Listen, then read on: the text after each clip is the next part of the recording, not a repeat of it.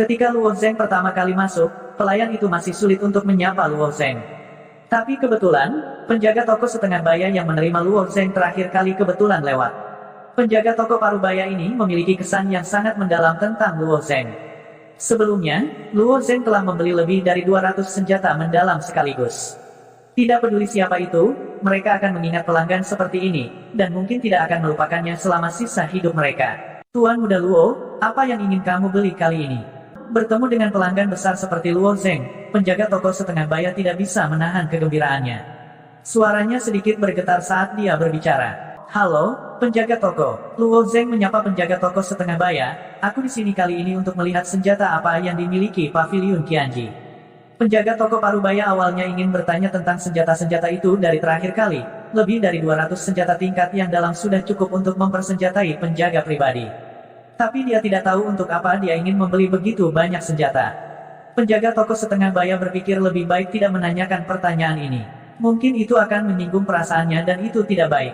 Jadi penjaga toko parubaya itu tersenyum dan bertanya, Tuan Muda Luo, senjata apa yang Anda cari? Paviliun Qianji kami baru-baru ini menerima kumpulan senjata tingkat mendalam lainnya. Dia berpikir bahwa Luo Zeng ingin membeli kumpulan profound lagi. Luo Zeng menggelengkan kepalanya dan berkata, kali ini saya tidak membeli senjata tingkat mendalam. Mungkin lain kali. Kali ini, saya ingin membeli pedang. Pedang macam apa yang Tuan Muda Luo ingin pilih? Tanya penjaga toko parubaya itu. Bawa aku untuk melihatnya. Luo Zeng sendiri tidak yakin, jadi dia memutuskan untuk melihatnya terlebih dahulu. Agak sulit untuk menemukan apa yang diinginkan dalam sekejap. Karena Tuan Muda Luo hanya memilih pedang, tentu saja itu bukan pedang biasa di lantai pertama, kata penjaga toko parubaya sambil tersenyum. Penjaga toko setengah baya telah melihat kekayaan Luo Zeng sebelumnya. Senjata tingkat mendalam itu dibeli dengan ratusan keping. Hari ini, dia hanya ingin memilih satu senjata. Bagaimana senjata tingkat yang dalam di lantai pertama bisa menarik perhatiannya? Aku akan membawamu ke lantai 2. Luo Zeng mengangguk dan mengikuti di belakang penjaga toko setengah baya. Namun, ketika dia mencapai tangga ke lantai 2, dua penjaga mengulurkan tangan mereka untuk menghentikan Luo Zeng. Untuk pergi ke lantai 2, Anda harus menunjukkan sertifikat keanggotaan Paviliun 1000 Rahasia Anda, kata salah satu penjaga. Lantai 2 Paviliun 1000 Rahasia menyimpan banyak senjata surgawi. Hampir setiap senjata sangat berharga. Orang biasa tidak diizinkan naik. Pada saat ini, penjaga toko setengah baya berkata, Tuan Muda Luo ini bukan anggota Paviliun 1000 Rahasia kami. Namun, dia adalah tamu terhormat saya. Silakan minggir. Kedua penjaga itu ragu-ragu. Hal ini tentu tidak sesuai dengan aturan. Jika anak ini naik ke lantai 2 dan melakukan sesuatu atau mencuri sesuatu, bagaimana mereka bisa menjelaskannya? Pada saat ini, penjaga toko setengah baya tidak tahan lagi. Dia takut menyinggung Luo Zeng, jadi dia berteriak, cepat dan menyingkir. Kalian berdua, penjaga toko setengah baya juga cemas dan membuka mulutnya untuk memarahi. Kedua penjaga menunjukkan ekspresi ketidaksenangan di wajah mereka. Namun, memikirkan status penjaga toko setengah baya, mereka hanya bisa menanggungnya. Baru kemudian mereka pindah ke samping untuk membuat jalan bagi Luo Zeng. Baru pada saat itulah penjaga toko setengah baya berkata sambil tersenyum, Tuan Muda Luo, tolong naik. Kedua orang ini tidak tahu aturannya. Tolong jangan salahkan mereka. Luo Zeng tersenyum sedikit dan berkata, bukan apa-apa. Mereka juga melakukan hal-hal sesuai aturan. Maaf telah mempersulit mereka. Dia mengerti situasi kedua penjaga itu. Dibandingkan dengan lantai pertama Paviliun Qianji, ruang di lantai 2 jauh lebih kecil. Namun, karena tidak banyak orang di sini, sepertinya kosong.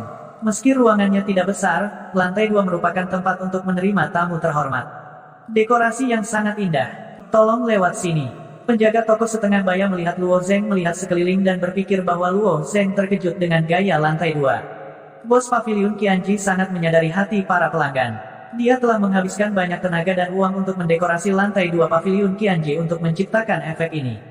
Melihat ekspresi penjaga toko setengah baya, Luo Zeng mengungkapkan senyum tipis. Dia tidak menentang kemewahan dan kenyamanan. Jika lingkungannya terlalu buruk, dia masih bisa melakukannya. Di bawah bimbingan penjaga toko setengah baya, Luo Zeng melewati lantai 2. Ruang di lantai 2 tidak terlalu besar dibandingkan dengan lantai 1. Namun, ada banyak hal baik yang dipamerkan. Sepanjang jalan, dia bisa melihat ada stand pameran yang diletakkan di tanah. Di tengah setiap bilik ditempatkan senjata. Bahkan tidak ada senjata tingkat Suan di sini. Hampir semua senjata setidaknya memiliki level spirit. Saat dia berjalan, Luo Zeng melihat pedang merah menyala. Pedang lebar ini ditempatkan di tengah beberapa rak besi. Begitu dia mendekati pedang itu, dia bisa merasakan panas yang hebat. Meskipun pedang lebar ini masih merupakan objek tanpa pemilik, pedang itu masih menyala dengan ganas. Pedang lebar ini seharusnya menjadi senjata roh tingkat tinggi. Itu secara alami sangat berharga. Luo Zeng tidak terlalu tertarik dengan senjata tipe pedang. Dia hanya melihatnya dengan rasa ingin tahu. Penjaga toko setengah bayang melihat bahwa Luo Zeng tertarik dengan pedang ini. Dia dengan cepat berhenti dan menoleh, ingin memperkenalkannya kepada Luo Zeng. Namun, Luo Zeng menggelengkan kepalanya dan memberi isyarat kepada penjaga toko paruh baya untuk terus maju. Setelah itu, mereka melewati beberapa bilik senjata lainnya. Mata Luo Zeng hanya berhenti sejenak dan melirik senjata satu persatu. Tidak lama kemudian, Luo Zeng akhirnya berhenti di depan sebuah stand. Ada 3 pedang berharga yang ditempatkan di stand pajangan. Ketiga pedang itu berbeda dalam gaya, bentuk, dan warna. Luo Zeng tidak tahu mengapa ketiga pedang ini disatukan. Penjaga toko setengah bayang melihat bahwa Luo Zeng akhirnya berhenti dan melihat ketiga pedang itu. Dia tersenyum dan berkata kepada Luo Zeng, ini adalah 3 senjata roh kelas tinggi yang ditempa oleh senior Che Daoxi ketika dia masih hidup. Che Daoxi. Luo Zeng sedikit tercengang. Dia tidak akrab dengan Grandmaster pandai besi lainnya. Namun, Luo Zeng telah membeli teknik Grandmaster pandai besi Che Daoxi. Setelah membacanya, dia sangat terkejut dengan teknik Grandmaster pandai besi Che Daoxi. Orang ini tenggelam dalam dao pandai besi dan memiliki poin uniknya sendiri. Jadi ketika Luo Zeng mendengar bahwa ketiga pedang ini ditempa oleh Che Daoxi, minatnya sangat terguncang. Melihat ekspresi Luo Zeng, bagaimana mungkin penjaga toko setengah baya tidak mengerti. Dia sepertinya menyukai pedang ini. Penjaga toko segera menggunakan tangannya untuk melepaskan salah satu pedang dari gesper dan berkata, berbicara tentang 3 pedang ini, mereka dapat dianggap memiliki nasib yang bengkok. Dengan itu, penjaga toko setengah bayang mengeluarkan pedang putih pertama dan menyerahkannya kepada Luo Zeng.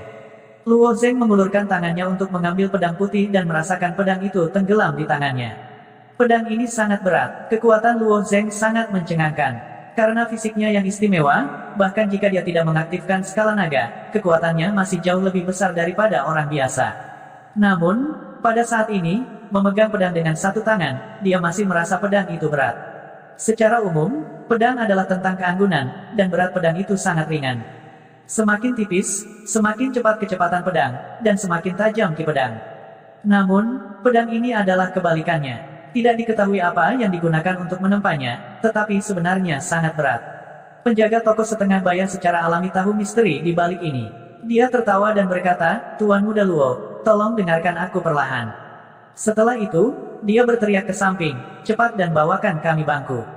Luo Zeng tidak tahu harus tertawa atau menangis. Perawatan di lantai 2 terlalu teliti. Dia hanya berdiri sebentar, namun dia masih perlu membawa bangku. Dia akan mengatakan bahwa tidak perlu, tetapi seorang pelayan dari samping membawa 2 bangku dan meletakkannya di belakang Luo Zeng dan penjaga toko setengah baya. Penjaga toko setengah baya memberi isyarat agar Luo Zeng duduk, lalu berkata, pedang ini disebut 9 tepi berlapis. Ini adalah pedang yang berat, dan bilangnya 100 kali lebih berat dari pedang biasa. 9 tepi berlapis. Luo Zeng membuka kunci pada sarungnya, menariknya dengan lembut, dan lebih dari setengah pedang ditarik keluar. Biasanya, ketika pedang ditarik keluar dari sarungnya, pedang itu akan bergesekan dengan kunci besi di sarungnya, membuat suara yang renyah dan merdu. Namun, Nine Layered Edge ini terlalu berat, jadi ketika Luo Zeng menariknya keluar, itu hanya mengeluarkan suara yang membosankan. Bilah pedang ini jauh lebih lebar dan lebih tebal dari bilah pedang biasa. Ada juga pola logam seperti jaring pada bilah pedang, yang sangat indah. Pedang ini disebut ujung berlapis 9. Sebenarnya, itu adalah bilah dari 9 pedang yang digabungkan menjadi satu, kata penjaga toko paruh baya itu sambil tersenyum. 9 pedang menjadi satu. Luo Zeng sedikit terkejut. Awalnya, dia berpikir bahwa pedang itu terlalu tebal, tetapi dia tidak berpikir bahwa pedang 9 lapisan akan memiliki arti seperti itu. Bahkan jika ke-9 ujung pedang tertipis digabungkan, masih tidak mungkin untuk memompresnya hingga menjadi setipis itu. Penjaga toko setengah baya mengangguk. Keterampilan pemurnian Che Daoxi benar-benar surgawi. Hanya seorang jenius seperti dia yang bisa menemukan metode pemurnian yang luar biasa. Baja yang digunakan untuk memperbaiki pedang 9 lapisan disebut 1000 baja halus. Itu adalah jenis baja dengan keuletan yang sangat tinggi. 1000 baja halus pertama kali dikalsinasi menjadi sangat lunak, kemudian ditempatkan di atas pelat besi yang sudah disiapkan. Bagian bawah pelat besi diisi dengan arang puncak awan. Setelah arang puncak awan dinyalakan, itu akan menyala selama 3 bulan penuh sampai bagian atas pelat besi benar-benar merah. Pada saat yang sama, itu akan mempertahankan permukaan yang sangat rapi dan rapi. Hanya dengan begitu 1000 baja halus akan ditempatkan di pelat besi. Setelah itu, 12 pria kekar akan mendorong 10.000 jin roller untuk terus menggiling 1000 baja halus. Setelah 7 hari penggilingan, 1000 baja halus akan dihancurkan menjadi lapisan tipis baja yang akan menempel kuat pada pelat besi. Hanya dengan begitu pelat besi dan lapisan 1000 baja halus akan dilepas. Ketika suhu turun secara alami, lapisan 1000 baja halus secara otomatis akan jatuh dari pelat besi. Lembaran baja yang sangat tipis ini adalah bahan mentah yang digunakan untuk membuat 9 pedang berlapis. Pada saat ini, Che Daoxi secara pribadi akan melipat lapisan baja lapis demi lapis. Selama waktu ini, dia akan melipat lapisan baja sebanyak 9 kali. Selama setiap lipatan, dia perlu menambahkan semua jenis bahan khusus, serta metode penempaan rahasia yang tidak akan diajarkan Che Daoxi kepada orang luar. Seluruh proses itu sangat rumit. Setelah lapisan baja dilipat bersama, itu akan dikirim ke tungku pemurnian dan disempurnakan dengan True Flame. Esensi tumpahan surga dari penyuling akan perlahan disempurnakan ke dalamnya. Sebenarnya, metode penempaan untuk pedang 9 lapisan sudah diketahui publik. Namun, selain Che Daoxi sendiri, tidak ada orang lain yang bisa melakukan metode penempaan ini. Dikatakan bahwa Grandmaster pemurnian senjata di Istana Surga yang terbakar juga telah menggunakan metode ini untuk menempa 9 lapisan tepi, tetapi pada akhirnya, dia masih gagal. Grandmaster pemurnian senjata tidak dapat melipat 9 lapisan kulit baja menjadi satu, dan pada akhirnya, dia hanya berhasil mengolah 8 layer edge. Aku tidak menyangka bahwa menempa pedang 9 lapisan ini akan memakan banyak waktu dan usaha. Luo Zeng mengeluarkan pedang yang berat itu sepenuhnya. Tubuh pedang itu berputar dengan gesit di udara. Pedang berat memiliki keunggulan pedang berat. Karena pedang 9 lapisan tidak ringan, itu lebih cocok untuk menebas daripada pedang berharga lainnya. Dalam aspek ini, itu tidak kalah dengan pedang. Pada saat yang sama, sebagai pedang, ia memiliki keuntungan menjadi pedang. Itu bisa digunakan untuk teknik pembunuhan dan pedang. Tapi sayang sekali, penjaga toko setengah baya menghela nafas. Disayangkan, Luo Zeng terkejut. Tidak peduli bagaimana kamu melihatnya, pedang 9 lapisan ini sempurna. Mengapa sayang? Penjaga toko Parubaya dengan menyesal berkata, pada awalnya, Che Daoxi ingin menempa pedang 10 lapisan, tetapi dia gagal pada akhirnya. Jika dia bisa menumpuknya menjadi pedang 10 lapisan, pedang harta karun ini bisa menjadi harta abadi. Jadi begitu, Luo Zeng diam-diam menatap pedang itu. Mampu menumpuknya ke lapisan ke-9 sudah sangat mengesankan. Jika dia ingin terus menumpuknya, itu akan sangat sulit. Penjaga toko setengah baya tersenyum dan berkata, tetapi sebagai harta roh berkualitas tinggi, pedang 9 lapisan ini sudah menjadi harta roh teratas. Saya ingin tahu apakah Tuan Muda Luo tertarik dengan pedang 9 lapisan ini. Luo Zeng memasukkan pedang kembali ke sarungnya dan berkata, aku juga ingin melihat 2 pedang berharga lainnya. Ada 3 pedang berharga di stan pajangan. Luo Zeng memutuskan untuk melihatnya terlebih dahulu sebelum membuat keputusan. Pada tingkat harta karun roh, kamu benar-benar harus memilih dengan hati-hati.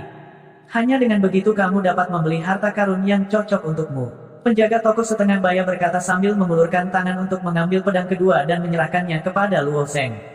Pedang ini, termasuk gagang pedang dan sarungnya, berwarna hijau zamrud.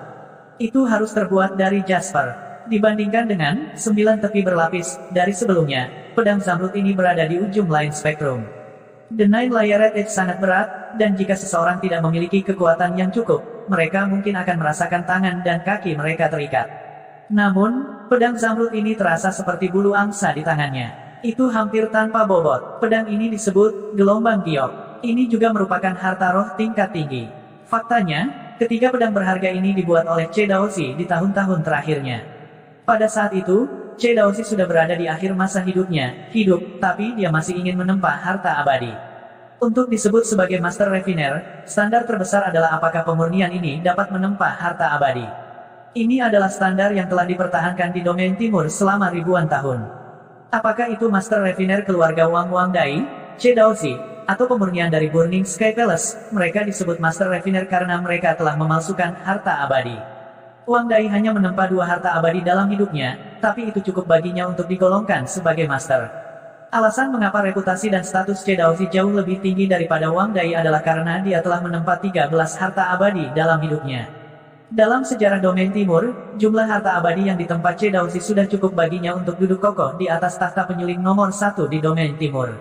13 harta abadi ini telah ditempa oleh Cedausi ketika dia berada di puncaknya, jadi tidak mungkin baginya untuk menempa lebih banyak harta abadi di tahun-tahun senjanya.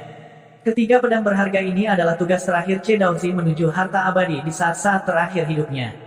Dapat dikatakan bahwa untuk menempa 3 pedang berharga ini, Cedausi telah menghabiskan sedikit usaha terakhir dalam hidupnya sebelum meninggal. Jika bukan karena dia telah menghabiskan begitu banyak energi untuk menempa ketiga pedang berharga ini, Cedausi mungkin masih bisa hidup selama 2 atau 3 tahun lagi. Tangan Luo Zeng bergerak sedikit dan pedang hijau itu melesat keluar. Setelah pedang hijau ditarik keluar, pedang itu terus bergetar, memancarkan dengungan ringan di udara. Pedang bersenandung ini bertahan lama dan halus, seperti peri yang memainkan sitar. Itu menyenangkan di telinga dan membuat orang merasa sangat santai.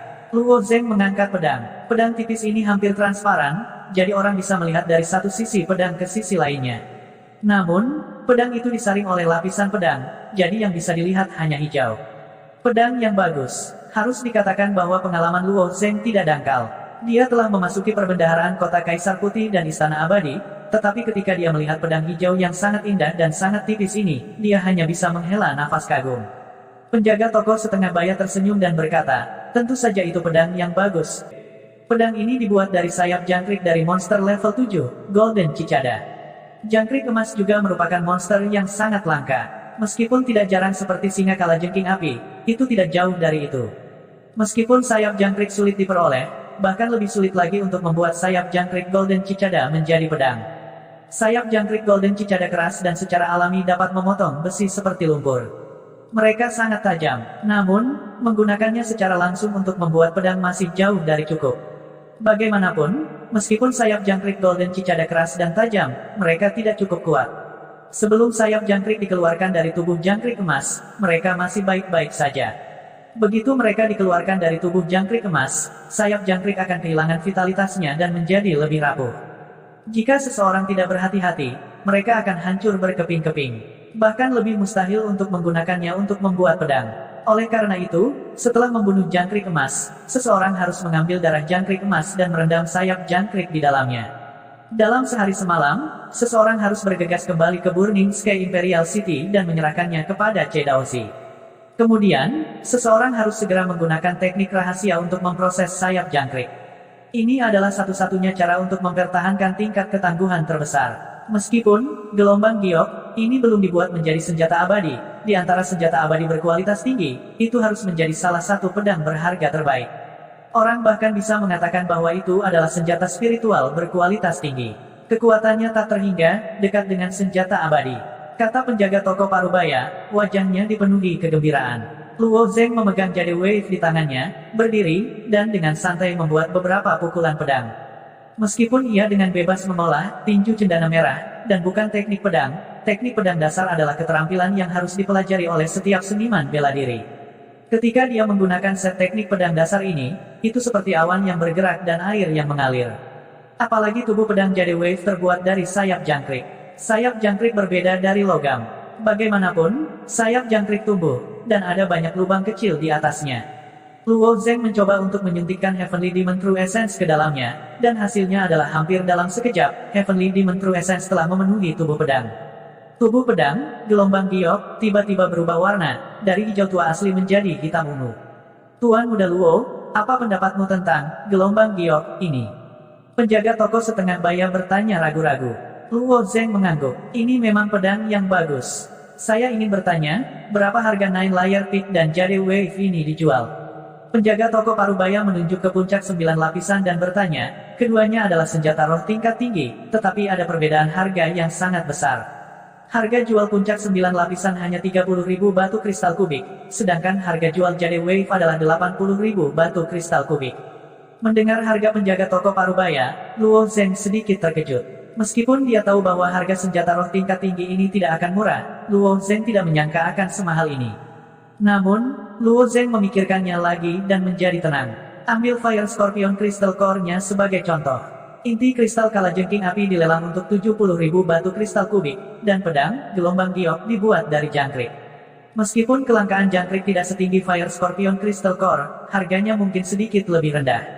Ini karena sayap jangkrik terutama digunakan untuk memurnikan senjata atau senjata tersembunyi, sedangkan Fire Scorpion Crystal Core dapat membantu kilang atau alkemis meningkatkan kekuatan True Life Fire mereka. Namun, sayap jangkrik masih perlu disempurnakan. Apalagi, pedang gelombang giok, ini dibuat oleh Grandmaster pemurni, Jesse.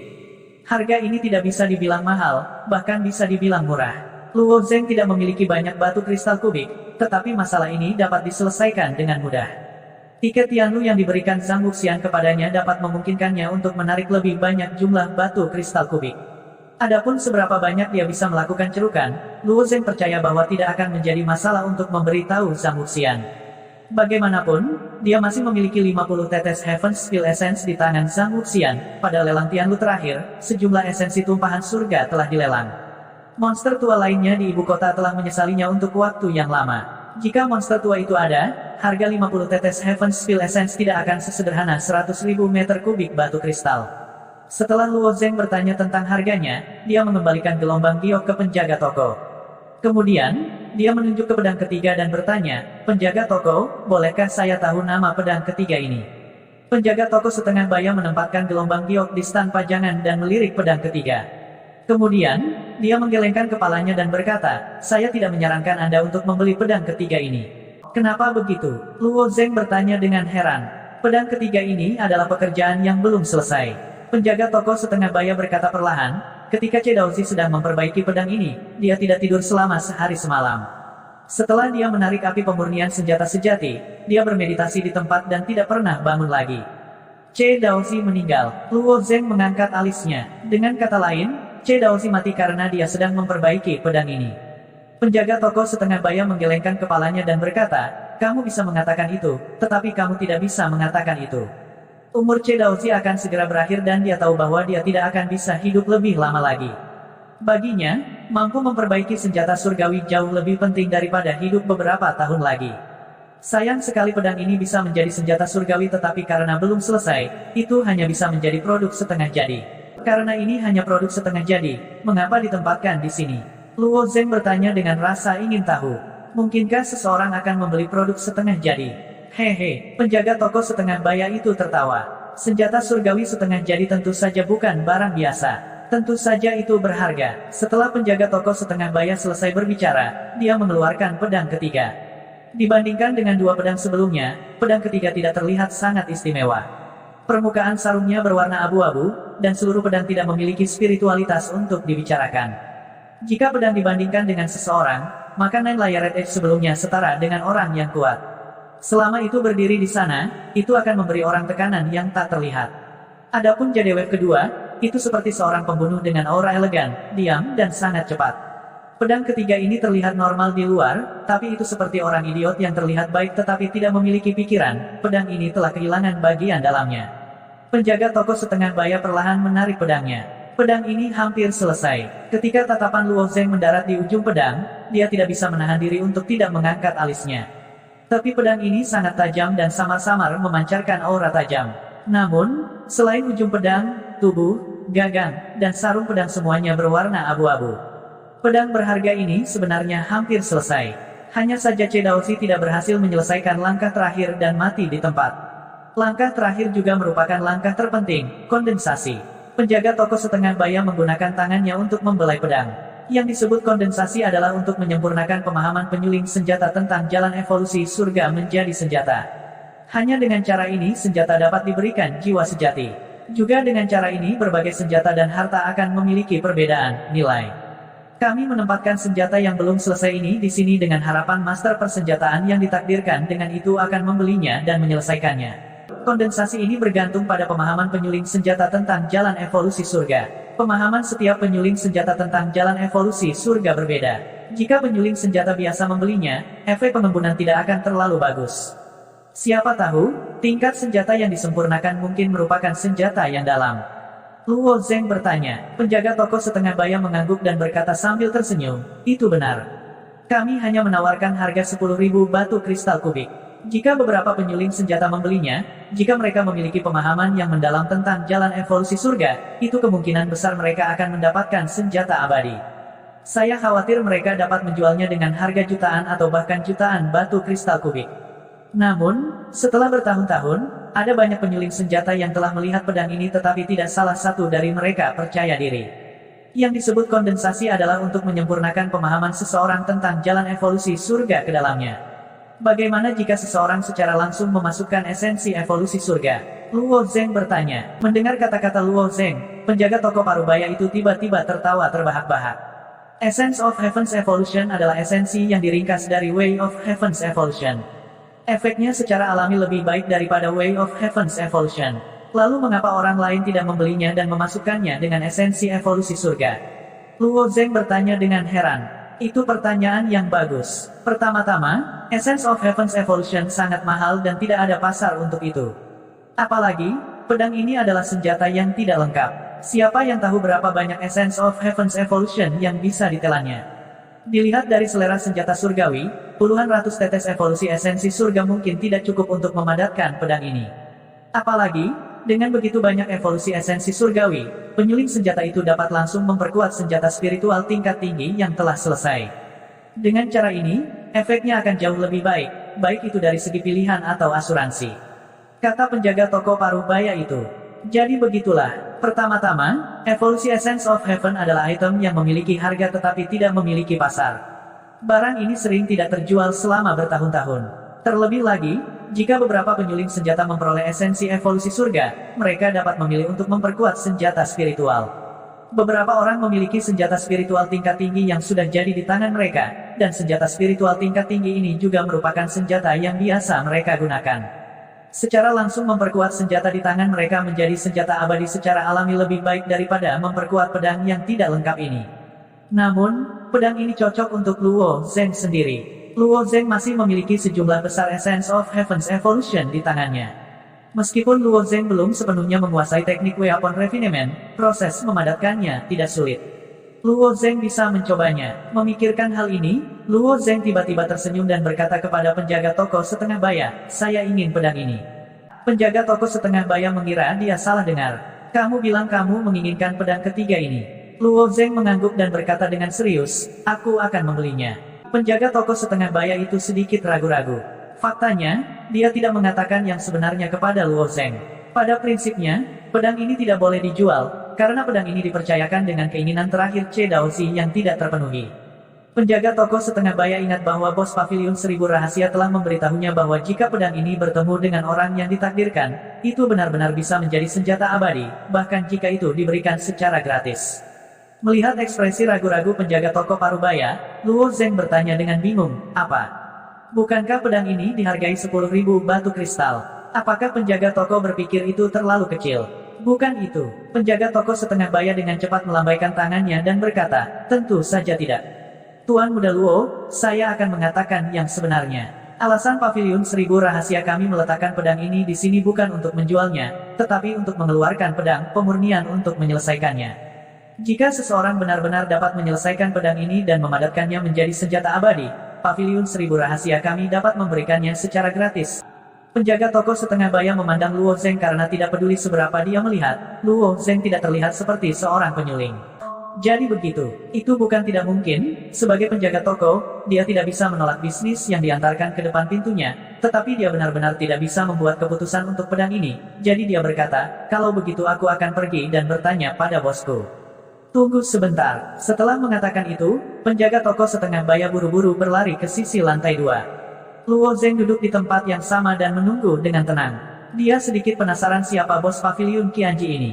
Setelah menunggu sekitar waktu yang dibutuhkan untuk membakar dupa, penjaga toko setengah baya buru-buru berlari dan berkata kepada Luo Zeng, "Tuan Muda Luo, bos kami ingin melihat Anda."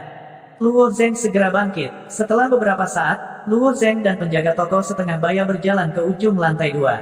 Di ujung lantai 2 ada tangga spiral sempit. Setelah menaiki tangga, mereka sampai di pintu berwarna merah terang. Penjaga toko setengah baya dengan lembut mengetuk pintu merah terang, dan kemudian mendengar suara wanita serak, "Silakan masuk." Bos Paviliun Qianji adalah seorang wanita. Ekspresi aneh muncul di wajah Luo Zeng, tetapi dia tidak terlalu memikirkannya dan mengikuti penjaga toko setengah baya ke dalam ruangan. Setelah membuka pintu, Luo Zeng melihat kulit harimau putih yang lengkap. Di kulit harimau putih itu, ada seorang wanita yang duduk di atasnya. Di ujung dinding, ada perapian dengan nyala api yang menyala-nyala. Wanita ini juga sangat cantik. Wanita itu bertelanjang kaki, bersandar di kepala kulit harimau. Dia mengulurkan tangannya untuk menopang dagunya saat dia melihat ke pintu. Ketika penjaga toko setengah baya masuk, kepalanya sudah menunduk, dan dia tidak berani melihatnya lagi. Dan ketika Luo Zeng melihat ke atas, dia tiba-tiba merasakan pikirannya melonjak. Dia merasa seolah-olah seluruh tubuhnya dicekik oleh pesona menggoda wanita itu. Mulutnya kering, dan seluruh tubuhnya panas. Ini semacam teknik rayuan. Jantung Luo Zeng berdetak kencang. Dia menyadari bahwa reaksinya tidak normal. Di dunia ini, ada beberapa wanita yang dilahirkan dengan teknik rayuan, dan ada juga beberapa wanita yang mengolahnya. Beberapa teknik rayuan yang kuat bahkan dapat digunakan dalam pertempuran, menyebabkan lawan tidak dapat berkonsentrasi. Terlebih lagi, mereka bahkan bisa menggunakan pandangan sekilas untuk menangkap lawan, membuat mereka menyerah dengan rela dan ditangkap. Apakah wanita ini dilahirkan dengan teknik rayuan atau tidak, Luo Zeng tidak peduli. Dia tahu bahwa pikirannya telah terpengaruh olehnya. Tidak heran penjaga toko parubaya itu menundukkan kepalanya begitu dia masuk. Dia mungkin tahu bahwa teknik rayuan bosnya sangat kuat. Pada akhirnya, teknik rayuan sama dengan teknik ilusi. Mereka semua digunakan untuk membingungkan pikiran. Jika kekuatan jiwa seseorang kuat, mereka secara alami tidak akan takut dengan sihir dari teknik rayuan ini. Wanita itu berseru dengan suara serak. Dia tidak menyangka Luo Zeng bisa menolak teknik rayuannya begitu cepat. Orang-orang muda adalah yang paling tidak tahan terhadap teknik rayuan. Orang di depannya baru berusia 16 atau 17 tahun, usia di mana dia penuh semangat dan semangat. Namun, dia mampu menembus teknik rayuannya dalam waktu yang singkat. Ini sudah cukup untuk mengejutkannya. Karena itu, setelah hanya satu pertemuan, pemilik pavilion 1000 kemungkinan menjadi tertarik pada Luo Zeng. Apakah kamu orang yang ingin membeli pedang itu?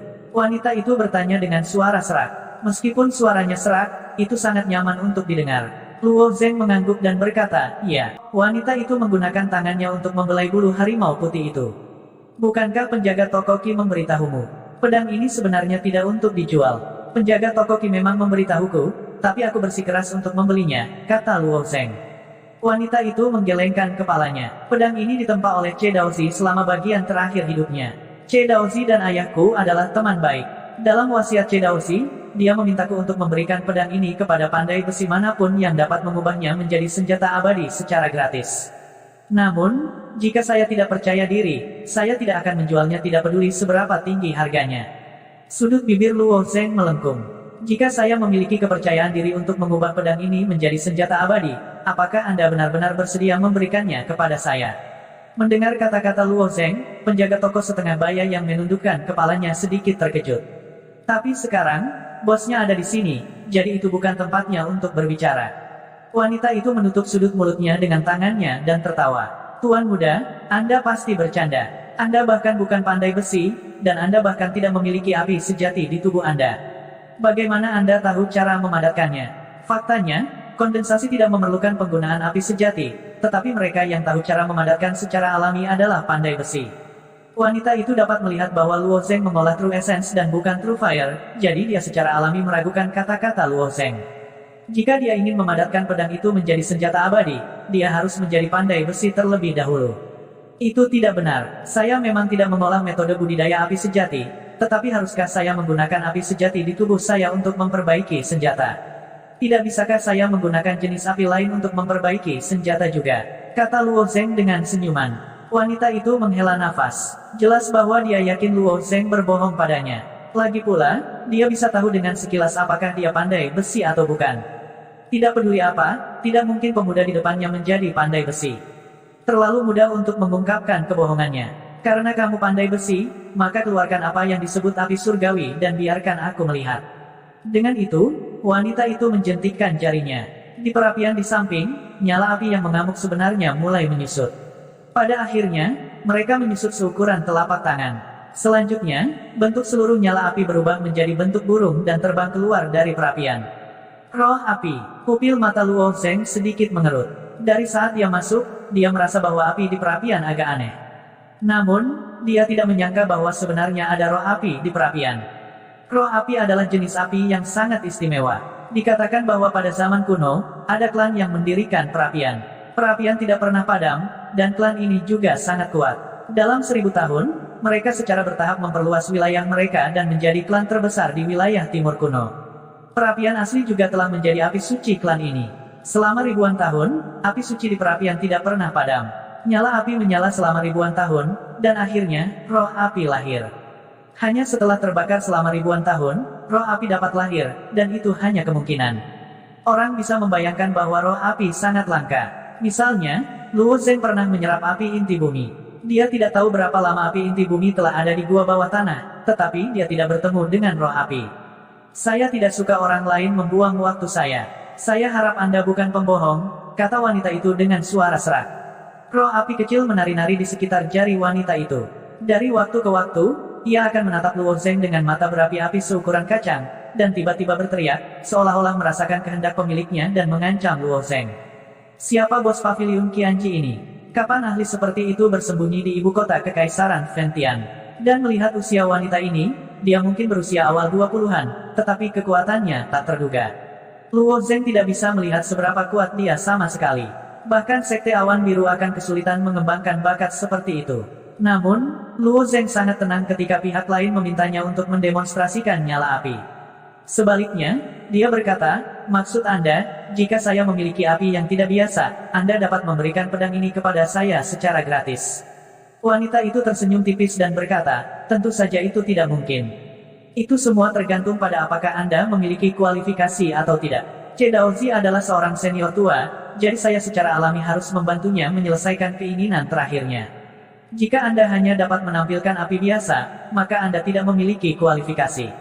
Bagaimana saya bisa memberikan pedang ini kepada Anda? Jika Anda berjalan keluar dari pintu paviliun Qianji saya dan menemukan pandai besi acak untuk memperbaiki pedang ini menjadi senjata roh tingkat tinggi, atau bahkan senjata roh kelas menengah, maka itu akan benar-benar melanggar keinginan terakhir Che Daozi. Luo Zeng tersenyum tipis, lalu dia berkata kepada penjaga toko Qi, bisakah kamu pergi sebentar? Penjaga toko Qi memandang Luo Zeng dan diam-diam meninggalkan ruangan. Bagi penjaga toko Qi, bisnis jauh lebih penting daripada rasa ingin tahu. Ini adalah kebenaran yang dia pahami setelah berada di dunia bisnis selama bertahun-tahun. Setelah penjaga toko Qi pergi dan menutup pintu, Luo Zeng berkomunikasi dengan tungku besar di benaknya. Kemudian api hitam murni keluar dari antara alisnya dan melayang di depan Luo Zeng. Api biasa akan menghasilkan panas.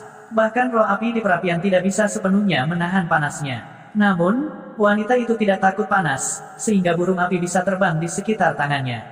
Jika itu adalah orang biasa, maka mereka pasti sudah hangus oleh roh api. Namun, api hitam yang dipanggil Luo Zeng tampaknya tidak memiliki panas sama sekali. Saat api hitam dipanggil, roh api di tangan wanita itu sepertinya telah menemui musuh bebuyutannya. Tiba-tiba, itu mulai bergetar hebat. Jejak api terus-menerus bergetar di tubuhnya yang seperti burung. Pupil wanita itu tiba-tiba menyusut. Dia melihat api hitam di tangan Luo Zeng dengan hati-hati dan tidak bisa menyembunyikan keterkejutan di wajahnya. Roh api di tangan wanita itu sepertinya tidak bisa menahan rasa takutnya terhadap api hitam. Sambil gemetar, tiba-tiba melayang di udara dan kemudian memasuki perapian di sebelahnya. Api milikmu ini, kata wanita itu hati-hati. Apakah itu roh api? Luo Zeng membiarkan api hitam melayang di udara untuk sementara waktu dan kemudian mengingatnya. Api hitam itu tidak sepenuhnya berada di bawah kendali Luo Zeng.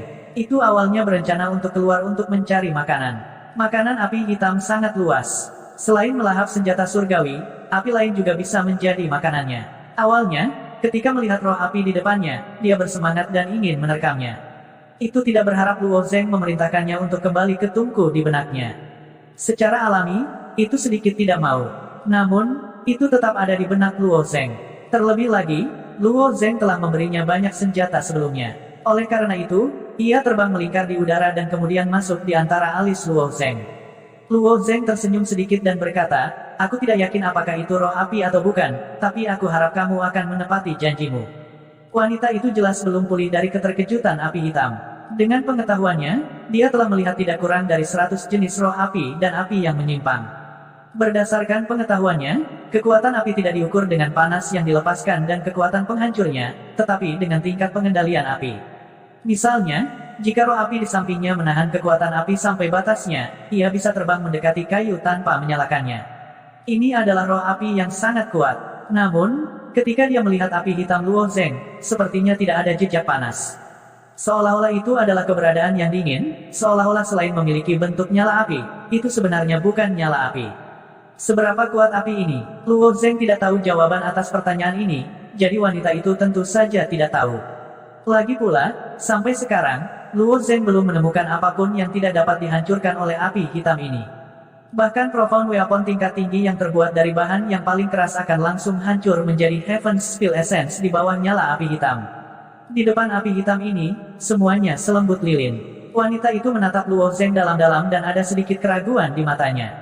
Meskipun kamu memiliki Deviant Flame, kamu bukan pemurni senjata. Aku memang bukan weapon refiner, tapi aku bisa menjadi salah satunya. Aku sangat yakin bisa memperbaiki pedang itu menjadi senjata abadi, kata Luo Zeng sambil tersenyum tipis.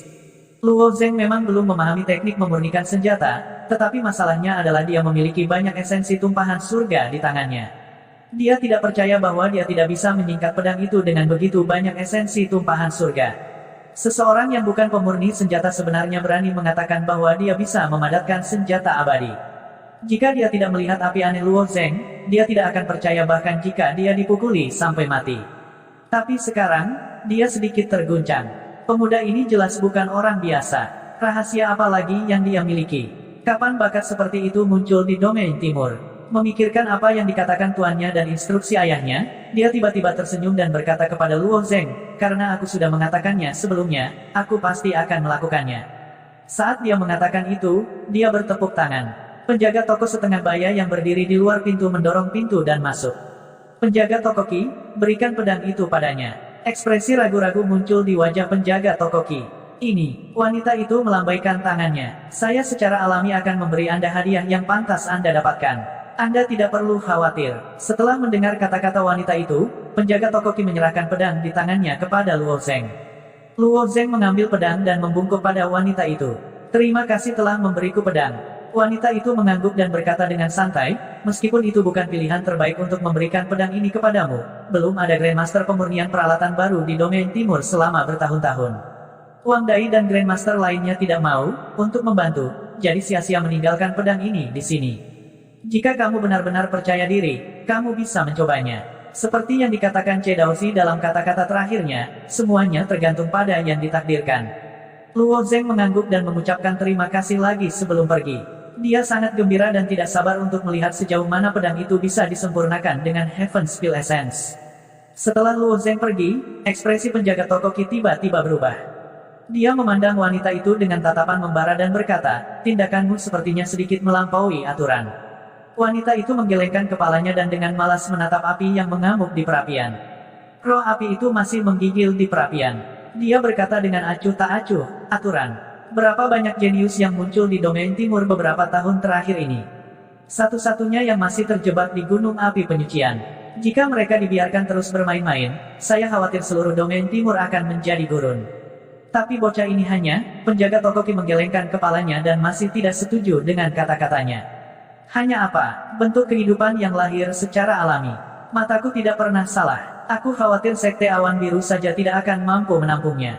Lihat saja, tak lama lagi, dia mungkin benar-benar memiliki kualifikasi untuk berjalan di atas biru. Jalan awan, kata wanita itu dengan mata menyipit yang seperti mata kucing malam, memancarkan pesona yang tak ada habisnya. Apakah kamu begitu yakin? Penjaga toko Qi bertanya dengan ekspresi serius. Wanita itu tiba-tiba berbalik dan menunjuk ke perapian. Dia berkata kepada penjaga toko Qi sambil tersenyum, kamu tidak berada di ruangan tadi, jadi aku tidak menyalahkanmu karena tidak mengetahui situasinya. Lihatlah burung vermilion di perapian. Lihat betapa takutnya itu. Penjaga toko Qi menoleh dan melihat bahwa burung api di perapian saat ini gemetar hebat, seolah-olah menerima kejutan besar. Ekspresi penjaga toko Qi tiba-tiba berubah. Ini, kenapa burung vermilion begitu ketakutan? Tanpa menghabiskan satu batu kristal kubik, Luo Zeng memperoleh senjata yang belum selesai secara gratis. Itu bisa dianggap sangat beruntung. Namun, Luo Zeng juga tahu bahwa mereka tidak memberikannya secara gratis. Terakhir kali Luo Zeng membeli senjata, dia tidak melihatnya. Tapi kali ini, Luo Zeng melihatnya dengan jelas. Terlepas dari apakah itu penjaga toko Qi atau wanita itu, mereka bukan orang biasa. Penjaga toko Qi dapat diabaikan, tetapi kekuatan wanita itu sangat dalam sehingga Luo Zeng tidak bisa melihat kedalamannya sama sekali. Seberapa kuat dia? Selanjutnya, dia benar-benar menyimpan roh api di sisinya. Paviliun 1000 rahasia kecil yang menjual senjata sebenarnya menyembunyikan karakter seperti itu. Dinasti Van Heaven benar-benar tempat dengan harimau berjongkok dan naga tersembunyi.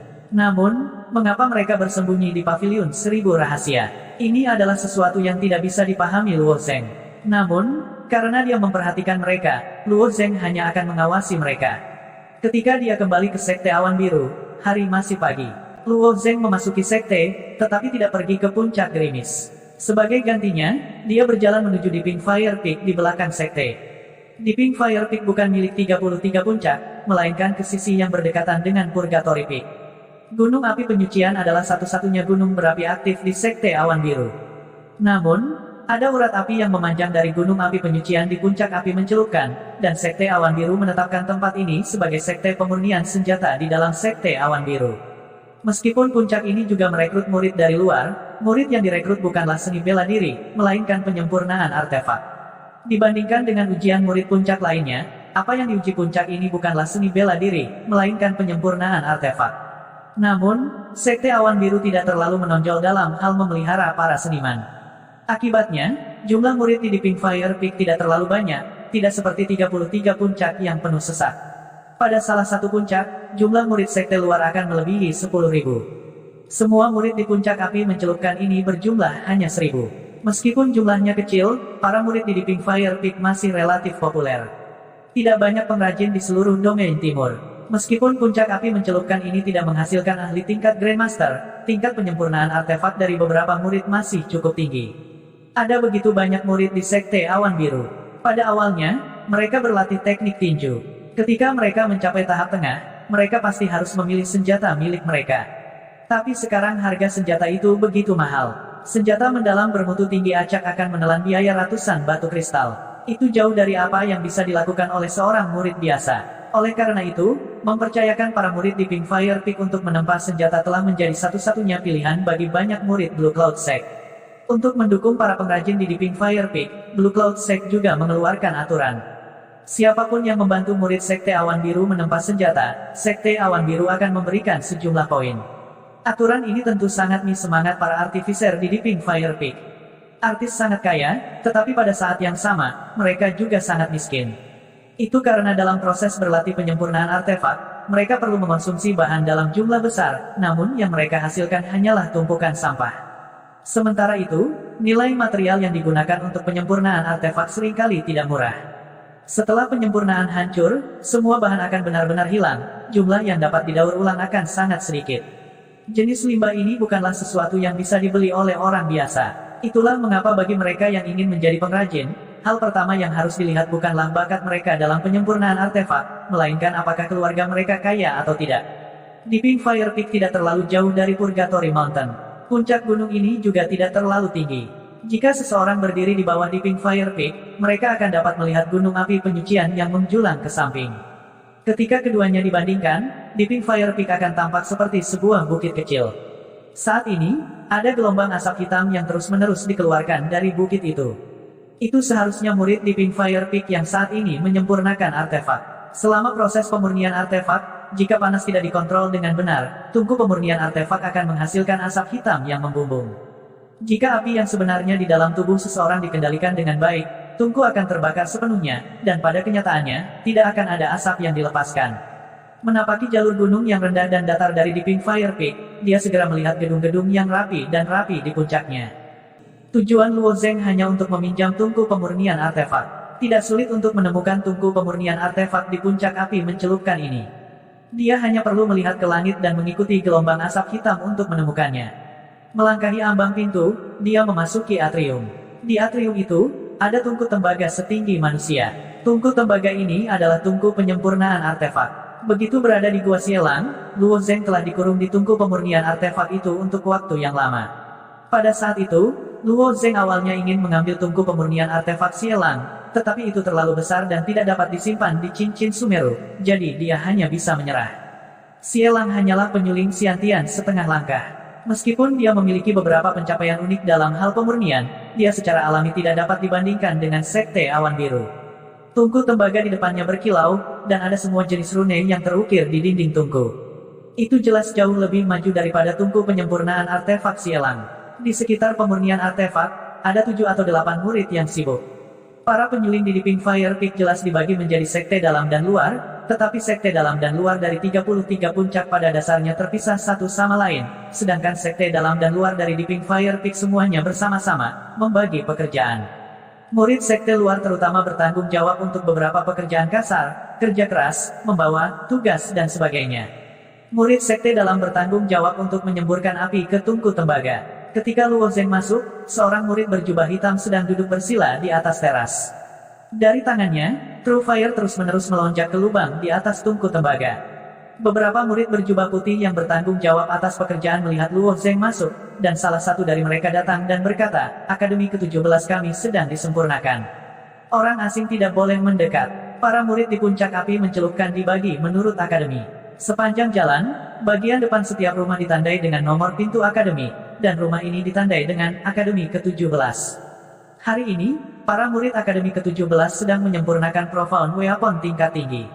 Kesulitan menyempurnakan senjata mendalam kelas menengah masih sedikit sulit bagi para murid ini. Meskipun api sejati di tubuh mereka lebih murni dan lebih kuat daripada Xielang, dalam hal teknik dan kemahiran, mereka jauh dari Xielang. Melihat penampilan agresif para murid sekte luar, Luo Zeng berhenti di jalurnya. Salah satu murid sekte luar datang dan menilai Luo Zeng. Dia menyadari bahwa Luo Zeng adalah murid dari Xiao Yu Peak. Biasanya, para murid dari 33 puncak datang ke Deeping Fire Peak untuk menugaskan pembuatan senjata, yang merupakan hal yang baik bagi para murid Deeping Fire Peak. Namun, Luo Zeng mengenakan jubah putih. Secara umum, dia berasal dari akar rumput yang tidak memiliki uang maupun kekuasaan. Dia mungkin tidak punya banyak uang dan poin bahkan lebih dari pertanyaan. Jumlah misi yang dapat diselesaikan oleh murid sekte luar dapat dihitung dengan satu tangan dan poinnya sangat sedikit. Dia mungkin bahkan tidak mampu membeli Profound Weapon tingkat rendah yang paling murah. Oleh karena itu, murid sekte luar tidak memiliki ekspresi yang baik dan bertanya dengan samar, "Untuk apa kamu di sini? Apakah kamu ingin membeli senjata?" Luo Zeng menggelengkan kepalanya dan berkata, "Tidak. Senjata Profound yang disempurnakan oleh para murid di Deeping Fire Peak jelas tidak layak untuk diperhatikan Luo Zeng. Lalu mengapa kamu datang ke Deeping Fire Peak? Pergilah kemanapun kamu mau. Bisakah kamu mengganggu kakak tertua kami yang memurnikan senjata mendalam tingkat tinggi?" Murid sekte luar melambaikan tangannya untuk mengusirnya. Ketika dia menyebutkan senjata mendalam tingkat tinggi, dia agak bangga. Ada lebih dari 1000 murid di Deeping Fire Peak dan mereka dibagi menjadi lebih dari 100 halaman kecil. Jumlah halaman kecil yang bisa memurnikan senjata Profound tingkat tinggi bisa dihitung dengan satu tangan. Jika mereka berhasil memperbaikinya hari ini, itu akan menjadi pahala yang besar. Para murid dari 17 halaman, terlepas dari apakah itu sekte luar atau sekte dalam, akan bisa mendapatkan cukup banyak hadiah. Tentu saja, ini mungkin cukup banyak bagi mereka, tetapi di mata Luo Zeng, itu secara alami dapat diabaikan. Meskipun murid sekte luar mengejarnya, Luo Zeng tidak bergerak. Dia berdiri di tempat dan menggelengkan kepalanya, "Aku ingin meminjam tungku kerajinanmu." Ketika murid sekte luar mendengar kata-kata Luo Zeng, dia langsung tercengang dan tiba-tiba berkata sambil tersenyum, "Apakah kamu di sini untuk memolok-olokku? Pinjam tungku kerajinan kami. Kamu ingin memperbaiki senjata. Aku hanya ingin menyingkatnya," kata Luo Zeng dengan serius. Memperbaiki senjata adalah keterampilan yang rumit. Luo Zeng tidak memiliki pelatihan sistematis. Jadi dia sangat tidak terbiasa dengan beberapa langkah pertama untuk menyempurnakan senjata. Namun, langkah kondensasi hanya menguji pemahaman pemurni tentang tumpahan jalan surga. Luo Zeng mungkin tidak memiliki pemahaman yang mendalam tentang tumpahan jalan surga, tetapi dia memiliki Essence of Heaven's Spill di tangannya sehingga kondensasi sederhana seharusnya tidak sulit bagi Luo Zeng. Murid sekte luar sepertinya telah mendengar lelucon besar. Seperti kata pepatah, profesi yang berbeda adalah dunia yang berbeda. Murid-murid dari 33 puncak semuanya adalah seniman bela diri, bukan penyuling. Tentu saja, itu tidak berarti bahwa tidak ada pemurnian di antara ratusan ribu murid dari 33 puncak. Dunia ini begitu besar dan tidak akan pernah ada kekurangan orang jenius. Di antara mereka, ada beberapa yang berlatih seni bela diri dan mahir dalam memurnikan senjata. Namun, murid sekte luar dengan keras kepala percaya bahwa Luo Zeng pasti tidak bisa melakukannya. "Aku sudah bilang, jika tidak ada yang lebih baik untuk dilakukan dan tidak ada yang lebih baik untuk dilakukan, maka pergilah ke tempat yang bisa kamu mainkan. Cepat pergi, aku ingin menutup pintu." Murid sekte luar akhirnya bisa. Cerita bersambung, terima kasih yang telah menonton, jangan lupa like, comment, and subscribe karena subscribe itu gratis.